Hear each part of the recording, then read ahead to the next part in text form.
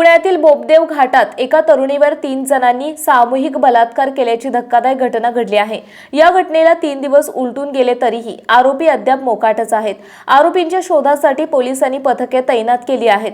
त्याबरोबरच आरोपींचा शोध घेण्यासाठी आर्टिफिशियल इंटेलिजन्स तंत्रज्ञानाची मदत घेण्यात येत आहे। तसंच आरोपीची माहिती देणाऱ्यास 10 लाख रुपयांचे बक्षीसही जाहीर करण्यात आले आहे।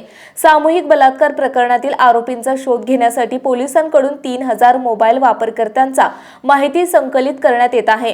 त्या आधारे पोलिसांकडून तांत्रिक विश्लेषण सुरू करण्यात आले आहे। तर पोलिसांकडून 200हून अधिक सराईतांची चौकशी करण्यात येणार आहे। गेल्या 15 दिवसात बोबदेव घाटामार्गे गेलेल्या 3000 मोबाईल वापरकर्त्यांची माहिती पोलिसांकडून गोळा करण्यात येत आहे।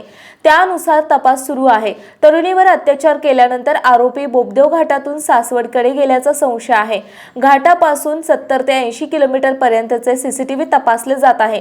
आरोपींचा शोध घेण्यासाठी आर्टिफिशियल इंटेलिजन्स AI तंत्रज्ञानाची मदत घेण्यात येत आहे। तसंच पुणे पोलिसांकडून आरोपीची माहिती देणाऱ्याला बक्षीसही जाहीर करण्यात येणार आहे।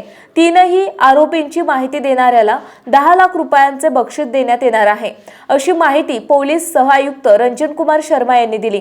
पुण्याच्या पूर्व भागातील 1938 पासून ग्राहकांना गुणवत्ता व सेवेची हमी असलेले अग्रवाल स्वीट्स म्हणजे नुसती परंपरा नाही तर चोखंदळ खवयांसाठी मेजवानी आहे। स्वर्गीय मुन्नालाल अग्रवाल यांच्या प्रदीर्घ वारसा सांभाळत अग्रवाल कुटुंबियांनी स्वीट्समध्ये ग्राहकांची गरज ओळखून अस्सल तुपातील पदार्थ आणि तत्पर सेवेचा वारसा जपत फूड क्षेत्रात नाव